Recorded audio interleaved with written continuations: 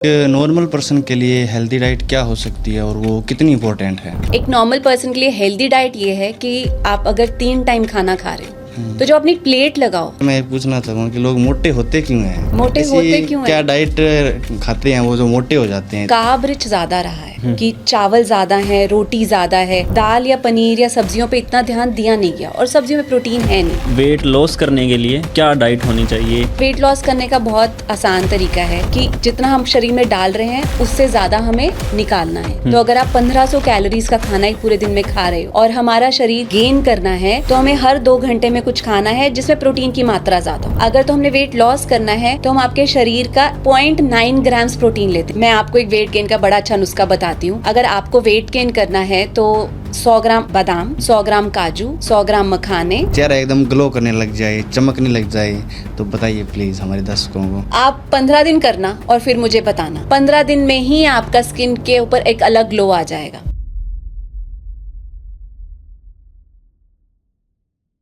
Hello दोस्तों, स्वागत है आपका एक बार फिर हमारे चैनल एक्स टॉक पर। और आज जो पॉडकास्ट होने वाला है वो आपके लिए बहुत ही स्पेशल होने वाला है, क्योंकि इस पॉडकास्ट के बाद आपको हेल्थ इश्यूज़ और जितने भी आपके मोटा होना, पतला होना, इन जैसे जितने भी डाउट है आपके वो सभी क्लियर होंगे।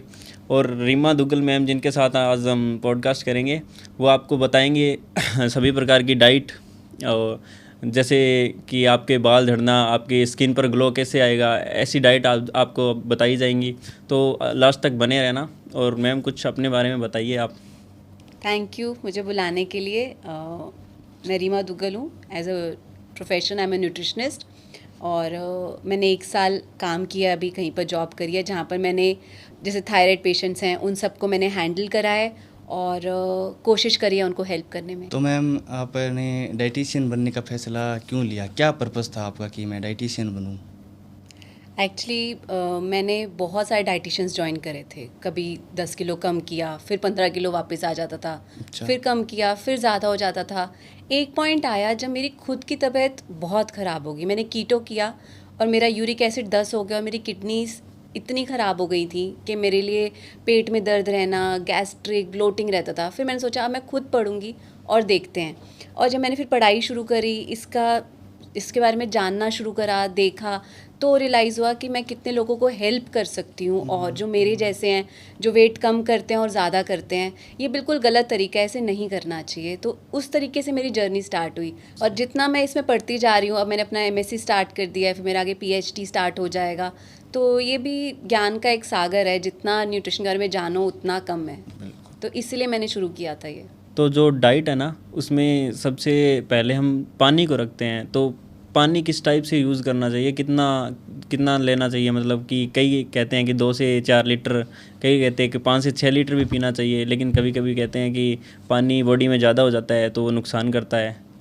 डाइट में सबसे ऊपर पानी नहीं है, चारों चीज़ें ऊपर हैं। वैसे हमारा शरीर 80% पानी है। हाँ। तो पानी का एक बहुत इंपॉर्टेंट रोल है। हाँ, आपने सही कहा, ज़्यादा पानी भी हार्मफुल होता है। अगर हम 7 या 8 लीटर पानी पी लेते तो हमारी किडनी पे बहुत ज़्यादा लोड आ जाता है। तो वो भी नहीं करना। और कम से कम हमें 2 से 3 लीटर कम से कम रखना है और 4 लीटर तक ले सकते हैं। इससे ज़्यादा भी हमें नहीं लेना चाहिए। और जो आपने कहा कि पानी सबसे ऊपर है, तो पानी सबसे ऊपर नहीं है। 4 चीज़ें होती हैं जो हमें एक स्वस्थ और हेल्दी बनाती हैं, जो चारों का अपना इम्पॉर्टेंट रोल है। जैसे आपने कहा कि पानी बहुत ज़रूरी है, कि सबसे ज़्यादा ज़रूरी है। सबसे ज़्यादा ज़रूरी नहीं है। अगर हमें हेल्दी रहना है, स्वस्थ रहना है, तो 4 चीज़ें बहुत ज़रूरी हैं। पानी, स्ट्रेस नहीं लेना। अगर हम स्ट्रेस में हैं और जितना मर्जी अच्छा खाएं, अच्छे सप्लीमेंट्स लें, अच्छी दवाइयाँ खाएं, लेकिन हम कभी हेल्दी नहीं हो पाएंगे अगर स्ट्रेस है। तीसरा है बैलेंस्ड ईटिंग, क्लीन ईटिंग, कि हमारे खाने में, हमारी प्लेट में सारे मैक्रोज हैं कि नहीं।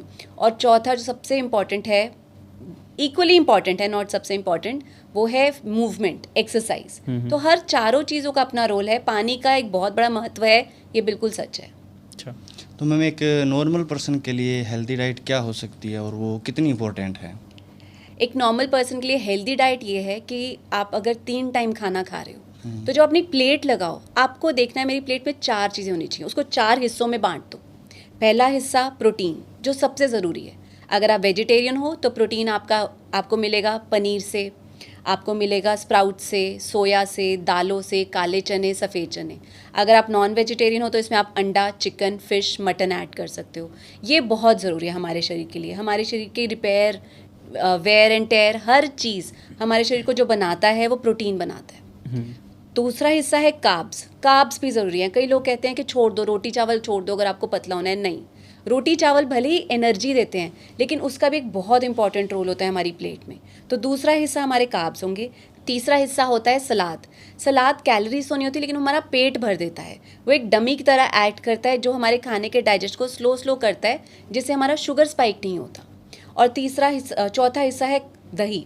दही भी बहुत ज़रूरी है क्योंकि हमारा जो पेट बना हुआ है वो करोड़ों बैक्टीरिया से बना हुआ है। कुछ अच्छे हैं, कुछ बुरे हैं। और कर्ड में बहुत अच्छा प्रोबायोटिक होता है जो हमारे अच्छे बैक्टीरिया को और बढ़ाता है। तो जब भी आप एक हेल्दी डाइट का मतलब है कि अगर आपकी प्लेट में ये चारों चीज़ें हैं और आप 3 टाइम ऐसा ही खा रहे हो तो way that is healthy nutrition for you. तो क्या है कि जो नॉन वेजिटेरियन है उसकी डाइट में ना प्रोटीन इंटेक पूरा हो जाता है, लेकिन जो वेजिटेरियन है वो पूरा नहीं हो पाता क्योंकि जो पनीर होता है वो इतना मार्केट में नकली मिलता है, इतना असली मिलता नहीं है। और बाकी चीज़ों में मान लो वो सीधी उतना प्रोटीन मिलता नहीं है, तो वो किस टाइप से अपना प्रोटीन पूरा करे? नहीं, ऐसा बिल्कुल नहीं है। मैं भी एक वेजिटेरियन हूँ, बल्कि आजकल अगर आप देखो तो विराट कोहली, अनुष्का शर्मा, करीना कपूर, ये सब वेजिटेरियन बन गए हैं, जबकि इनके पास तो हर तरीके की सहूलियत भी हैं। हमारे वेजिटेरियन से बहुत अच्छा और क्लीन प्रोटीन है। हमारी दालें हो गई, स्प्राउट्स हो गया, दालों को जब हम स्प्राउट्स में बदलते हैं तो उसमें विटामिन सी और डी और बढ़ जाता है, तो और इजीली डाइजेस्टेबल हो जाता है। सोया है, टेम्पे है, हमारे जो कितने ग्रेन्स होते हैं जिनमें कैल्शियम और आयरन भी होता है और कुछ प्रोटीन के ट्रेसेस भी होते हैं। तो ऐसा नहीं है वेज से पूरा नहीं होता। और अगर पनीर बनाना है बाहर से मत लो, आप घर का पनीर बनाओ। तो जब आप पनीर बनाते हो, जो पनीर का पानी बचता है उसमें इतना अच्छा वे प्रोटीन होता है, उससे आप आटा गूंदो, दालें बनाओ, वेजिटेरियंस का प्रोटीन आराम से पूरा हो जाता है। इट्स जस्ट अ मिथ कि वेजिटेरियंस का प्रोटीन पूरा नहीं होता। इनफैक्ट कॉन्ट्ररी में नॉन वेजिटेरियंस जो प्रोटीन ले रहे हैं उसमें फैट का कंटेंट बहुत ज़्यादा होता है। हाँ। तो आजकल जो हम देख रहे हैं अपनी रिसर्च से कि वेज प्रोटीन लेना ज़्यादा फ़ायदेमंद है नॉन वेज प्रोटीन लेने से। हेल्दी लाइफ के लिए घर का खाना इंपॉर्टेंट है या बाहर खा लो, उसमें कोई दिक्कत वाली बात नहीं है? अब देखो, बाहर के खाने में सिर्फ एक चीज़ होती है कि किस तरीके से बनाया गया है वो, कि उन्होंने कौन सी कढ़ाइयाँ यूज़ करी हैं, कौन सा तेल यूज़ किया है, हमें ये नहीं पता। लेकिन बाहर का खाना भी हम हेल्दी तरीके से चूज़ कर सकते हैं। मैंने आपको बताया हमारी प्लेट में 4 चीज़ें होनी चाहिए, है ना। तो अगर आप बाहर खाने जा रहे हो, वो चाहे बाहर हो चाहे घर के अंदर हो, चाहे बाहर हो चाहे घर के अंदर हो, बट किस तरीके से बना है ये हमें देखना चाहिए। अच्छा। कि अगर अनहाइजीनिक तरीके से बना है तो वो शायद हमारे लिए हार्मफुल हो सकता है। मैं ये पूछना चाहूँगा कि लोग मोटे होते क्यों हैं? मोटे ऐसी होते क्यों क्या हैं? डाइट खाते हैं वो जो मोटे हो जाते हैं इतने बड़े बड़े? एक्चुअली मैंने आपको बताया ना, 4 चीज़ें हैं। पानी, हम कितना चल रहे हैं, हमारा प्लेट में क्या खाना है, और चौथा टेंशन, स्ट्रेस। अच्छा। तो चारों का अपना अपना रोल है। अब किस वजह से आप मोटे हो रहे हैं, हमारी इंडियन डाइट में क्या है कि हमें कभी प्रोटीन का महत्व सिखाया नहीं गया। हमारा खाना हमेशा कार्ब रिच ज़्यादा रहा है, कि चावल ज़्यादा है, रोटी ज़्यादा है, दाल या पनीर या सब्जियों पे इतना ध्यान दिया नहीं गया, और सब्जियों में प्रोटीन है नहीं। तो अगर हमारे घर कोई सब्ज़ी भी बनी है तो कितनी रोटी लेनी है, कितने चावल लेने हैं, उसके साथ हमें एक दाल या पनीर, कोई ऐसा प्रोटीन ज़रूर रखना चाहिए। तो हम बात करते हैं थोड़ा वेट लॉस पे और वेट गेन पे।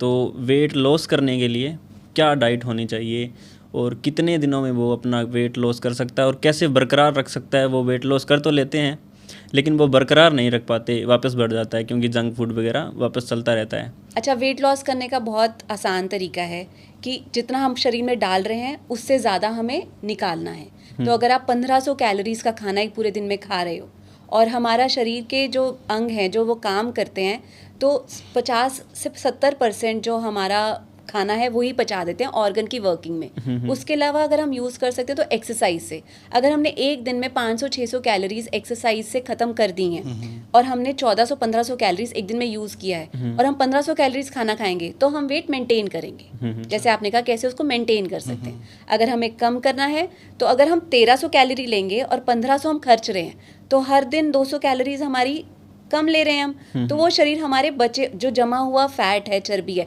उसमें से लेना शुरू करेगा और धीरे धीरे धीरे धीरे कम करेगा।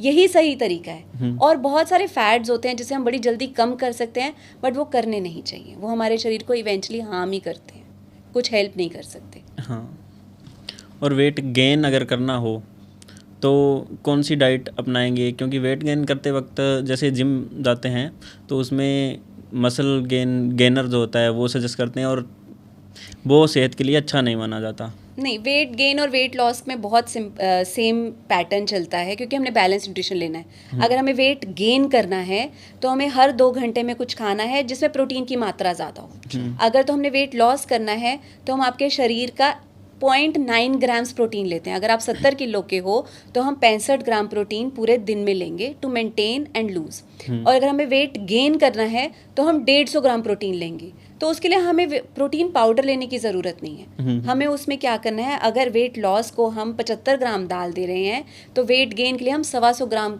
दाल देंगे, 2 कटोरी दाल देंगे एक मील में। ऐसे थोड़े बहुत चेंजेस करते हैं और वेट गेन बहुत अच्छे से होता है।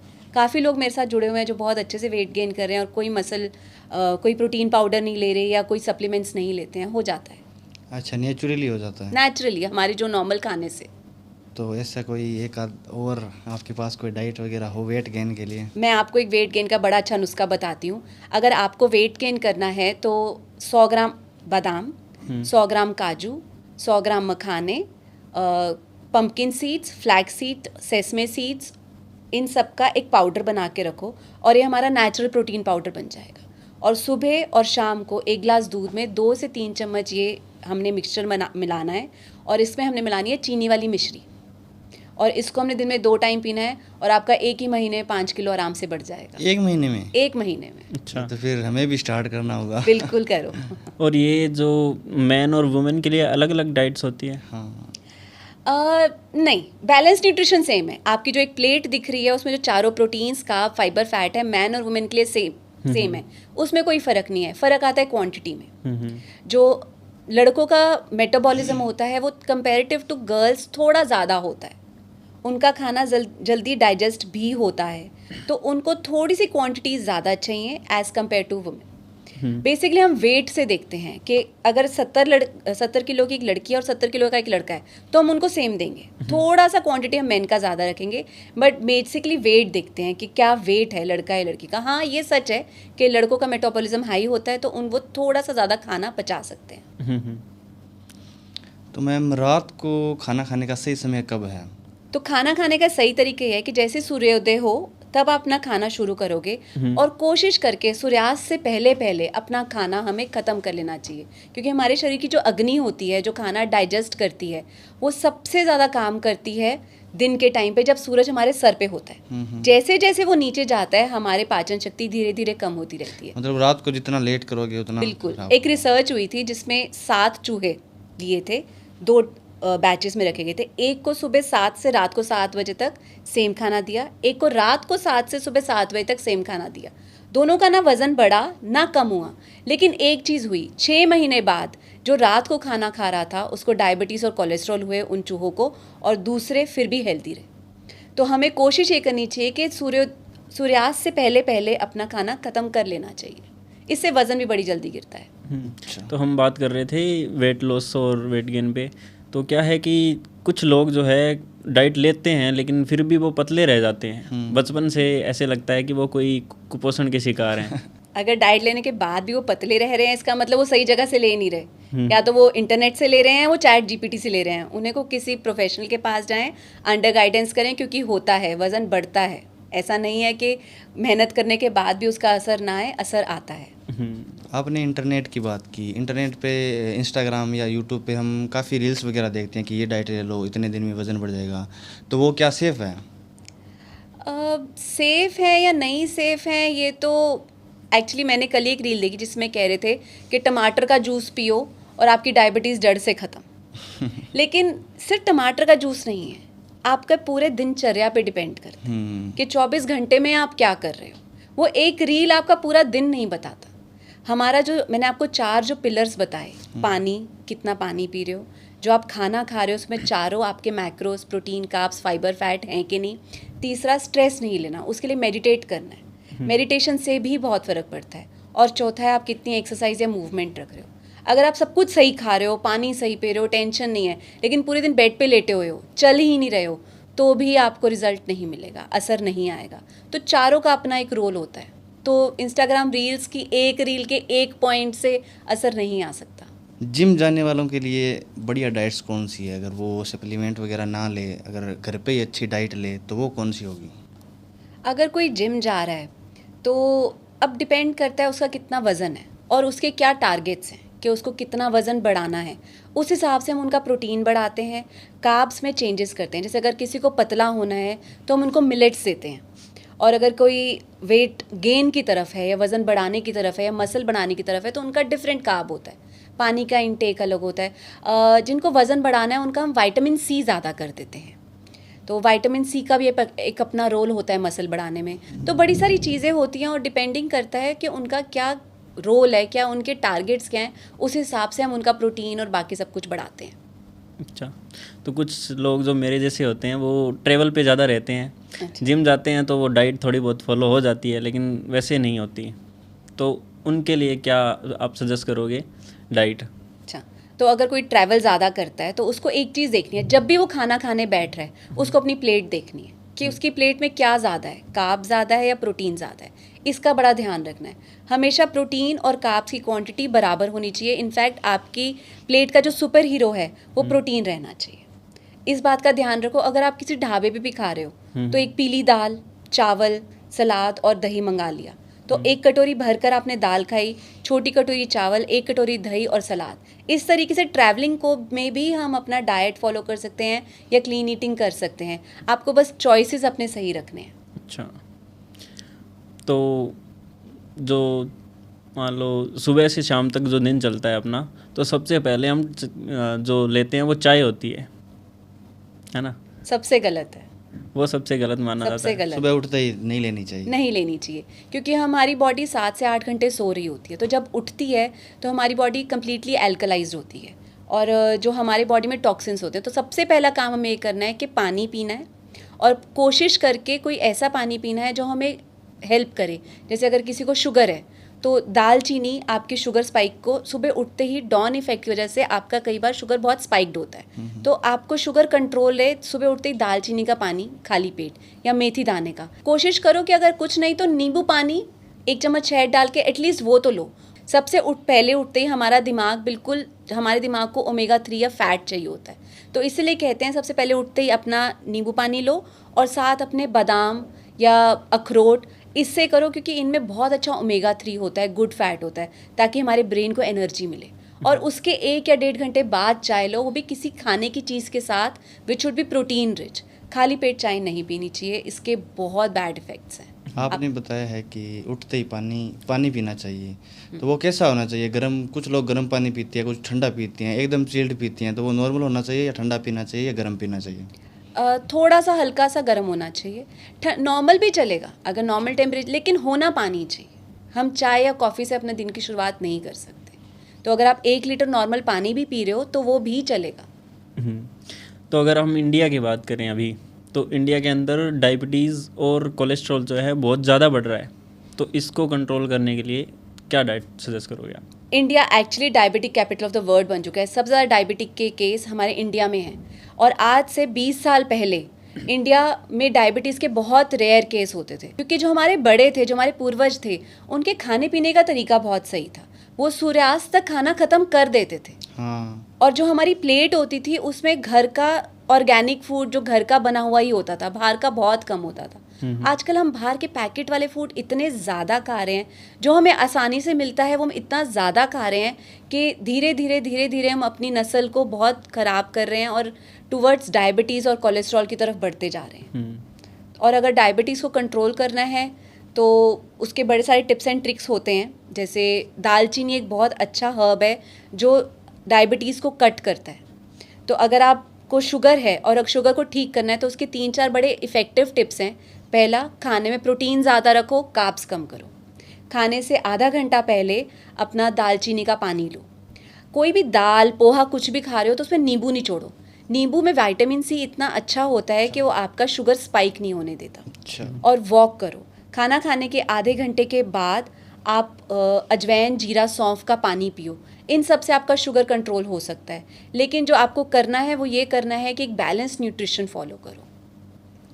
आजकल तो मैम कैंसर भी बहुत बढ़ रहा है, तो आप क्या डाइट सजेस्ट करना चाहोगी तो इन सब बीमारियों से दूर रहें?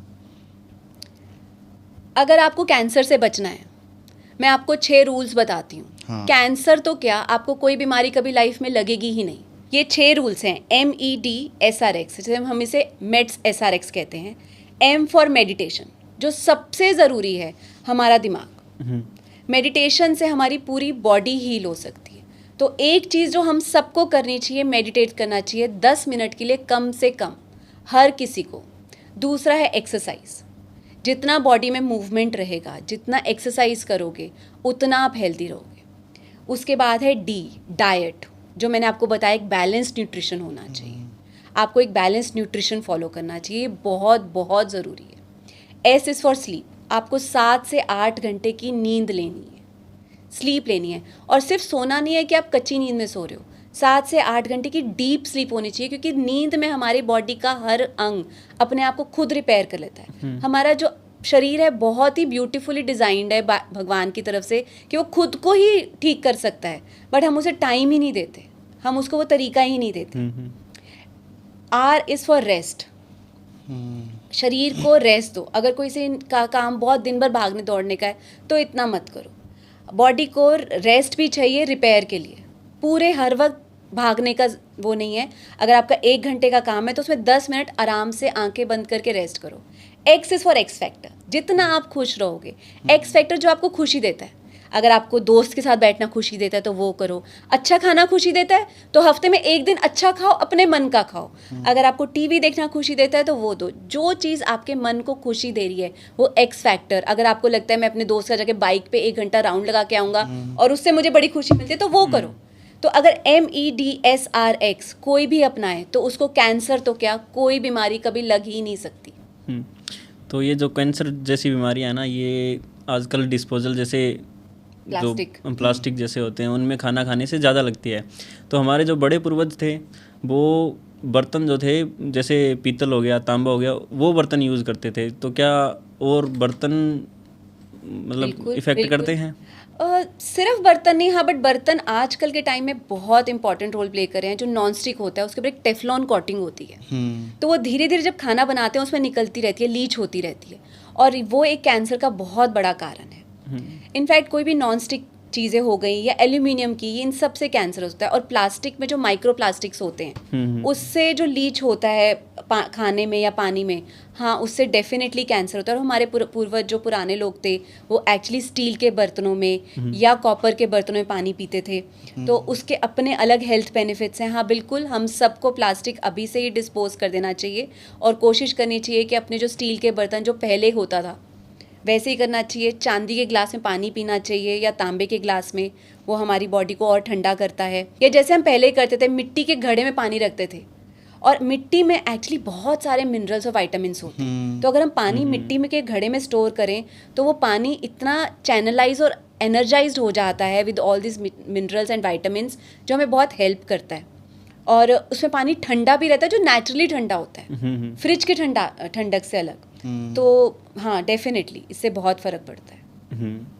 तो जो हम सब्जियां रेगुलरली खाते रहते हैं, तो क्या वो हमें फ्रिज वगैरह में हम रखते हैं, बहुत 2-3 दिनों तक पड़ी रहती है वो, तो क्या वो हमारी सेहत पर इफ़ेक्ट कर सकती है इतने टाइम तक अगर रखे रहे फ्रिज में? तो अगर वो सब्ज़ी बनी हुई है, उसमें नमक वगैरह सब डला हुआ है, तो वो 2-3 दिन तक नहीं रखनी चाहिए। लेकिन आजकल क्योंकि टाइम इतना फास्ट है, तो मैं ये नहीं कह सकती सबको कि जिस टाइम खाना बनाना है उसी टाइम खरीद के आओ, क्योंकि हमें भी नहीं पता जहाँ से हम ला रहे हैं वहाँ पर कितने दिन से पड़ी, सही है। तो उसमें हम शायद फिर भी कॉम्प्रोमाइज़ कर सकते हैं। लेकिन जब खाना बना रहे हो तो कोशिश करो जिस दिन खाना बनाया है उसी दिन ही कंज्यूम कर, अगले दिन तक ना रखा जाए।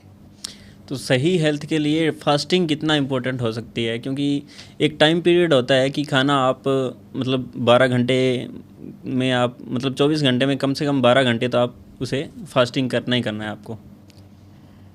फास्टिंग बहुत तरीके की होती है। जो आप बात करें उसे इंटरमिटेंट फास्टिंग कहते हैं। एक फास्टिंग होती थी जो हमारे बड़े रखते थे, जो शायद आज तक भी रखते आ रहे हैं। वो तो नवरात्रों के व्रत हो गए, रोज़े हो गए, या हम शिव जी का व्रत मंगलवार को रखते हैं। तो हर व्रत का इफ़ेक्ट बहुत अच्छा होता है। फास्टिंग बहुत अच्छी है, किसी भी तरीके से करी जाए। हाँ, लेकिन अगर इंटरमिटेंट करेंगे तो आप ये नहीं कर सकते कि 2 दिन इंटरमिटेंट किया फिर 3 दिन खा लिया नॉर्मल, फिर 3 दिन किया फिर 3 दिन नहीं। अगर आप कर रहे हो और उसको लंबे समय तक कर रहे हो तभी आपको इसका फ़ायदा होगा। लेकिन हाँ, इंटरमिटेंट अगर किसी को हार्मोनल इम्बैलेंस है या डायबिटीज़ है या थायराइड है, उनके लिए इंटरमिटेंट फास्टिंग नहीं बना है, क्योंकि उनकी बॉडी में अलग तरीके से असर करता है। कभी उनके शुगर स्पाइक ज़्यादा हो सकते हैं या हार्मोन इम्बैलेंस हो सकते हैं अगर वो काफ़ी देर भूखे रहें। लेकिन अदरवाइज़ अगर कोई हेल्दी है और 6 महीने तक इंटरमिटेंट फास्टिंग करता है तो वो बहुत अच्छे फ़ायदे दे सकता है। और जो हम व्रत रखते हैं, जहाँ हमारे व्रत होते थे, उनका बहुत अलग फ़ायदा है हमारे शरीर पे। अगर हम 6 दिन नॉर्मल खा रहे हैं और 1 दिन अपने शरीर को रेस्ट देते हैं खाने से, तो हमारा शरीर खुद को रिपेयर कर लेता है। तो 1 दिन व्रत रखना इज़ वेरी मच एडवाइजेबल और सबको ज़रूर रखना चाहिए इसको। तो मैम पहले तो मुझे ये बताइए कि जो जैसे मेरी आंखें कमज़ोर है, तो ऐसी डाइट में क्या कमी रह जाती है तो नज़र कमज़ोर हो जाती है? देखो, नज़र कमज़ोर के कई कारण हो सकते हैं। स्क्रीन, जेनेटिक्स, कई बार हमारे मम्मी पापा को चश्मा लगा होता है तो हमें लगता ही है। लेकिन अगर आपको नज़र ठीक करनी है तो मैं उसका एक उपाय आपको ज़रूर बता सकती हूँ जो 100% काम करता है। तो आपने क्या करना है, मिक्सी में अखरोट, पिस्ता का छिलका उतार के, ठीक है, और फ्लैक्स सीड्स और पंपकिन सीड्स, इन चारों का एक पाउडर बनाना है और सफ़ेद मिश्री डालनी है और इसको दिन में 2 टाइम लो और आप देखना आपकी नज़र बड़ी ठीक हो जाएगी। अच्छा मैम, जो सबसे बड़ा इशू है वो शुगर है। अगर डाइट में भी यही बताते हैं कि शुगर आपको कम करनी पड़ेगी, तो कई लोग क्या है कि शुगर कम नहीं कर पाते हैं और मन करता है कि शुगर मीठी चीज़ें खाएं, तो उसे कैसे कंट्रोल कर सकते हैं? शुगर, आपको पता है कि शुगर में नशा होता है कि आपको अंदर से होगा कि नहीं अब मुझे चीनी खानी है। हाँ, एक कुछ लत मीठा हो जाती खाना है। पहले मैं भी खाया करता था बचपन में। हमारे पीछे एक रिसर्च मैंने पढ़ी थी किसी की कि कोकेन के नशे से 9 गुना ज़्यादा नशा चीनी का होता है, शुगर का होता है। अच्छा। अगर आप किसी को कहोगे कि मैंने शुगर खाई है, कोई हैरान नहीं होगा। लेकिन अगर किसी को कहोगे मैंने कोकेन लेकर आया हूँ तो सब डांटेंगे, है ना, कि ये क्या किया तूने। लेकिन शुगर का नशा उससे भी ज़्यादा खराब होता है। शुगर एक ऐसी चीज़ है कि अपने शरीर की आपकी जितनी भी बीमारी है, सर से लेकर पैर तक, भले वो आपकी आंखें हो, बाल झड़ना हो, स्किन हो, दाने हो, आपके पेट खराब है, घुटने में दर्द है, कैंसर है, कुछ भी है, आपको डॉक्टर सबसे पहले बोलेगा शुगर को 0 कर दो। क्योंकि हमारे शरीर को शुगर की ज़रूरत नहीं है। उसका रीज़न ये है कि हम जो कुछ भी खा रहे हैं, भले रोटी, सब्जी, दाल, वो सब कुछ इवेंचुअली शुगर में ही चेंज होता है, ग्लूकोज में ही चेंज होता है। इसलिए हमारे शरीर को शुगर की ज़रूरत है ही नहीं। ये हेल्दी जंक फूड कैसे बनाए जिसमें तेल वगैरह कम हो?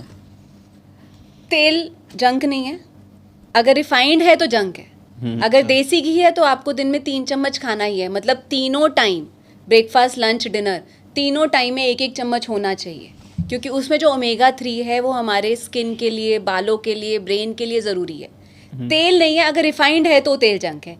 एनी हाउ, हम किसी भी खाने को जिसको आप जंक बोलते हो, भले वो पिज्ज़ा हो, भले वो पास्ता हो, भले ही वो कुछ भी हो, हम उसको हेल्दी बना सकते हैं।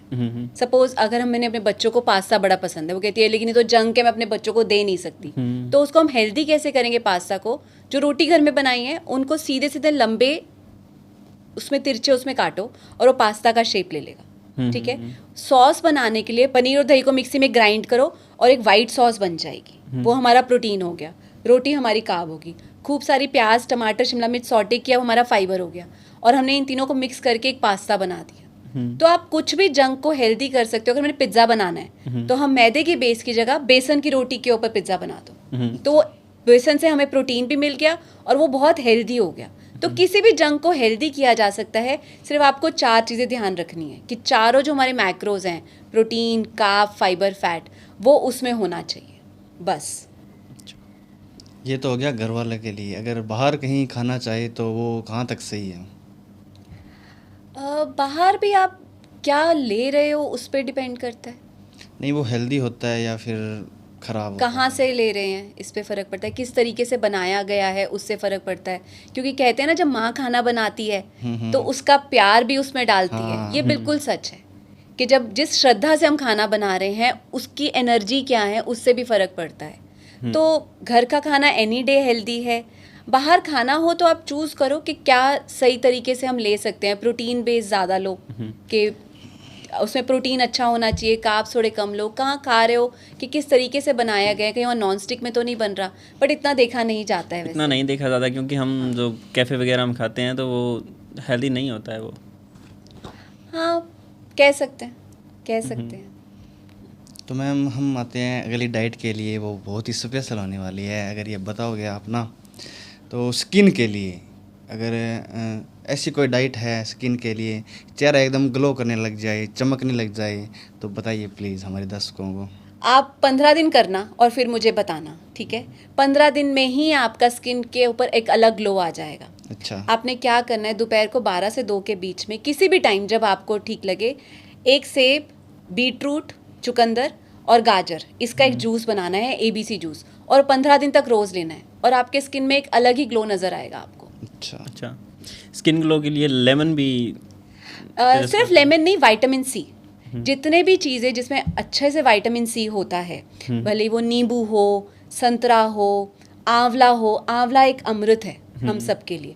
विटामिन सी सिर्फ स्किन नहीं, इम्यूनिटी भी बहुत अच्छी करता है। अगर कोई बीमार है या चाहता है कि मैं कभी बीमार ना पड़ूं, तो अगर 6 महीने कोई इंसान आंवले का रस लगातार रोज़ पिए तो शायद वो कभी बीमार पड़ेगा ही नहीं।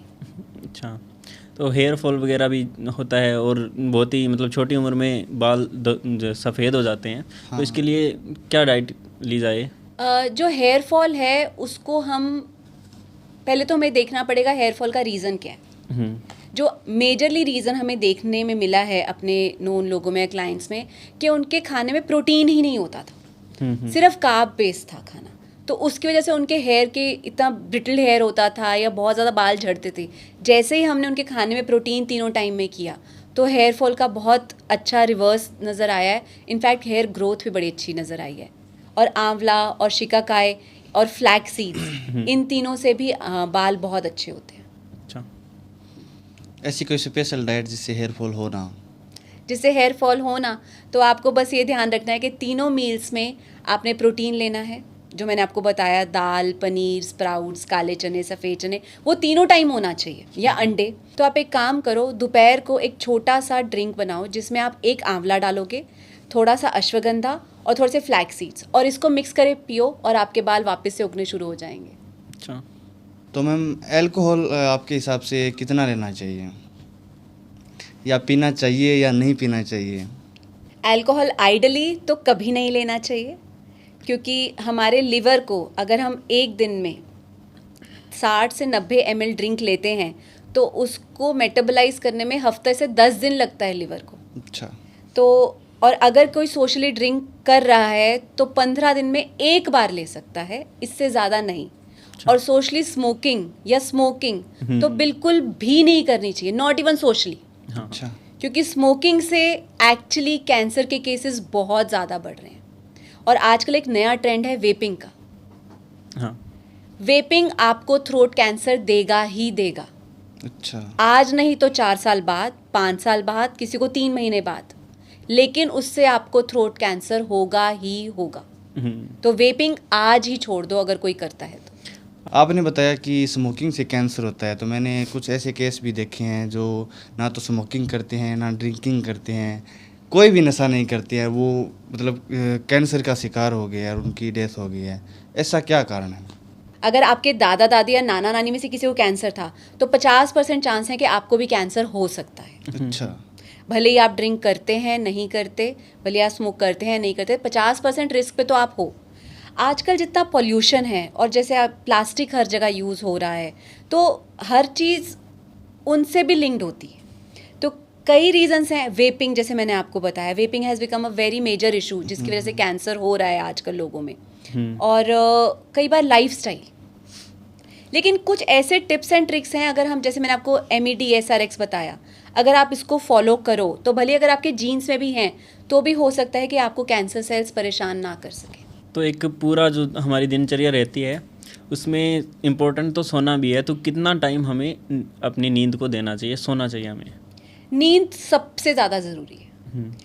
आइडियली हमें 7 से 8 घंटे एक दिन में सोना चाहिए, लेकिन अगर 7 से 8 घंटे आप रेस्टलेस होके सो रहे हो, गहरी नींद में नहीं हो, तो गहरी नींद होना बहुत ज़रूरी है। अगर आपको 3 से 4 घंटे की गहरी नींद मिल गई और 7 से 8 घंटे नहीं भी सोए तो भी चलेगा।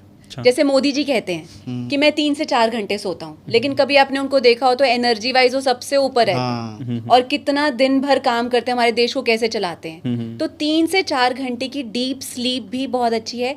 आइडियली हमें 7 से 8 घंटे एक दिन में सोना ही चाहिए। तो क्या है कि कुछ लोग सो नहीं पाते ऐसे लगातार, तो वो नैप्स लेते हैं थोड़ा थोड़ा। जिनको सोने की प्रॉब्लम हो वो कुछ रेमेडीज कर सकते हैं, जैसे सोने से पहले मैग्नीशियम लेना या मेलेटोनिन लेना, वो आपकी स्लीप को बेटर कर सकता है या हेल्प कर सकता है आपको नींद लाने में। बट मेरे को जो लगता है, जो मैं सबको प्रिस्क्राइब करती हूँ या बताती हूँ, एक तो सुबह उठते ही प्राणायाम। अच्छा।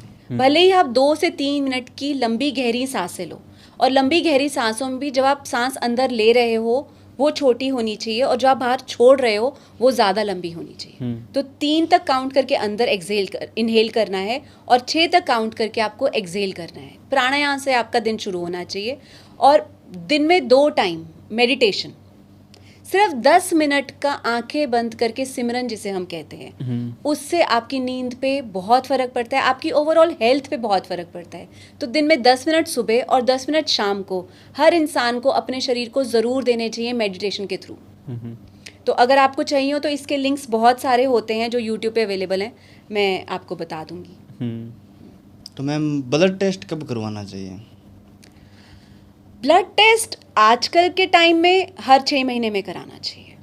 अच्छा। और कुछ स्पेसिफिक ब्लड ऐसे टेस्ट होते हैं जो आफ्टर 30 होने चाहिए, आफ्टर 40 होने चाहिए। जैसे आजकल विटामिन D और B12 आफ्टर 20 ही आप देखोगे सब में कम होता है। तो इसका टेस्ट हमें रेगुलर कराते रहना चाहिए, क्योंकि इसकी कमी से नुकसान बहुत ज़्यादा होता है, लेकिन इसको ठीक करने में छोटे से सप्लीमेंट्स होते हैं जो लेकर हम ठीक कर सकते हैं।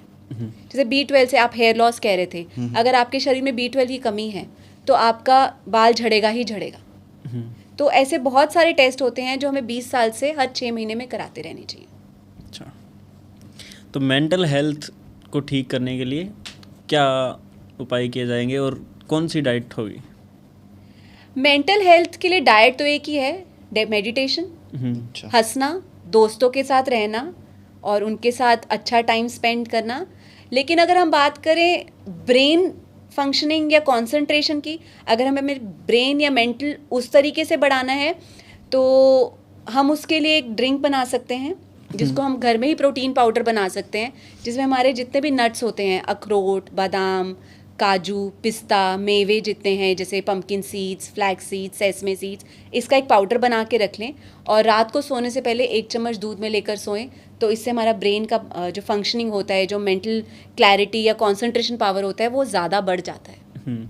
तो आप जो है अपने क्लाइंट्स जो जितने भी हैं उनकी कंसल्ट लेते हो अपने डाइट प्लान देने के लिए उनको, तो क्या आप सभी को अलग अलग डाइट प्लान देते हो और क्या उनका ब्लड टेस्ट करके ही उनकी डाइट प्लान देते हो? ब्लड टेस्ट अगर मुझे पहले कंसल्टेशन होता है, अगर मुझे लगे कुछ ऐसे सिम्टम्स मुझे नज़र आ रहे हैं जिसके लिए मुझे ब्लड टेस्ट की ज़रूरत है, कोई हार्मोनल इम्बैलेंस नज़र आ रहा है या बाल झड़ने का आ रहा है, कुछ ऐसे मुझे सिम्टम्स नज़र आए तो उसके स्पेसिफिक ब्लड टेस्ट कराए जाते हैं और उनको ठीक करने के लिए उनकी डाइट अकॉर्डिंगली बनाई जाती है। अगर कोई एक हेल्दी इंसान है जिसका ऐसा कोई मुझे सिम्टम नज़र नहीं आता तो उसको मैं बैलेंस न्यूट्रिशन देती हूँ। और डिपेंडिंग उनका क्या गोल है कि वो वेट गेन करना चाहते हैं या स्किन के लिए आए हैं, या कई शादी से पहले लड़कियां आती हैं for the glow on their face, तो सबका अपना बिल्कुल कस्टमाइज्ड होता है कि जिसकी जो नीड है उसके हिसाब से उनका प्लान बनाया जाता है। तो मैम काफ़ी टाइम हो गया, हमें पॉडकास्ट समाप्त करना पड़ेगा क्योंकि टाइम ज़्यादा हो गया है। तो नेक्स्ट टाइम आपके साथ और अच्छा पॉडकास्ट करेंगे डाइट के लिए, डाइट से लेकर। तो एक और क्वेश्चन है मेरा लास्ट एंड फाइनल, ऐसा कौन सा रिग्रेट है जो 50 की उम्र के बाद होता है कि अगर काश मैं 20-25 की उम्र में ये डाइट लेता तो अच्छा रहता, हेल्दी रहता? ऐसा कोई पर्टिकुलर डाइट नहीं होता, लेकिन अगर आप 20-25 हो आज, तो आज से ही कोशिश करो कि आपने तीनों मील्स में अपना बैलेंस न्यूट्रिशन रखो, कि आपकी प्लेट जब खाना खा रहे हो उसमें चारों पिलर्स होने चाहिए, प्रोटीन्स, कार्ब, फाइबर, फैट। इसके अलावा जो माइक्रोज होते हैं जो हमें फ्रूट्स और सब्जियों से मिलते हैं, तो दिन में एक टाइम हमारा फ्रूट भी ज़रूर हमारे अंदर जाना चाहिए। तो एक कंप्लीट जब मुट्ठी बन के हम अपनी न्यूट्रिशन बॉडी को देते हैं तो 50 साल में आप रिग्रेट नहीं करोगे।